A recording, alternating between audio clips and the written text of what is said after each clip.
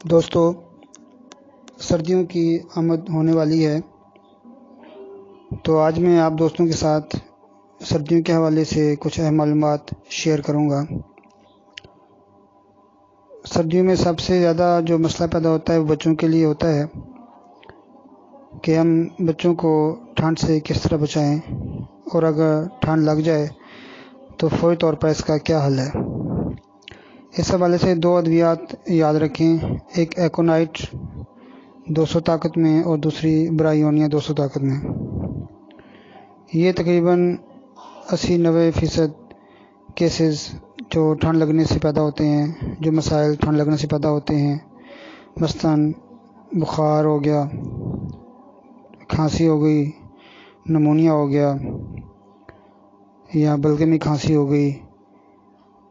Chest infection ہو گیا، ان سب علامات کو، ان سب تکلیفات کو، ان سب بیماریوں کو یہ 2 ادویات کنٹرول کر جاتی ہیں۔ اگر آپ یہ 2 ادویات گھر میں لے کے رکھ لیں، اور جو ہی آپ کو محسوس ہو کہ بچہ کو نلایا گیا ہے، یا بچہ موٹر سائیکل پہ بیٹھ کے باہر سے آیا ہے، اس کو ٹھنڈ لگی ہے، اور اس کا چہرہ گرم ہو رہا ہے، اور اس کو علامتیں پیدا ہو رہی ہیں کہ اس کو ٹھنڈ لگی ہے، تو فوری طور پر ایکونائٹ 200 میں دے دیں، تو یہ ساری جو تکلیفات ہیں یہ انشاءاللہ تعالی فوری طور پر کنٹرول میں آ جائیں گی۔ اور اگر زیادہ مسئلہ بن گیا ہے اور بخار بھی زیادہ شروع ہو گیا تو ساتھ برائیونی بھی دے سکتے ہیں۔ تو یہ دونوں ادویات جو ہیں یہ کھانسی کو بھی کنٹرول کر جاتی ہیں، بخاروں کو بھی کنٹرول کر جاتی ہیں، اور اگر بڑوں کو ہو جائے تو بڑوں کو بھی دے سکتے ہیں۔ اس سے جسم درد وہ بھی ٹھیک ہو جاتا ہے، سر میں درد بھی ٹھیک ہو جاتا ہے، یعنی ٹھنڈ لگنے کی وجہ سے ہو۔ بعض دفعہ بعض بچوں کو یا بڑوں کو جو ٹھنڈ سے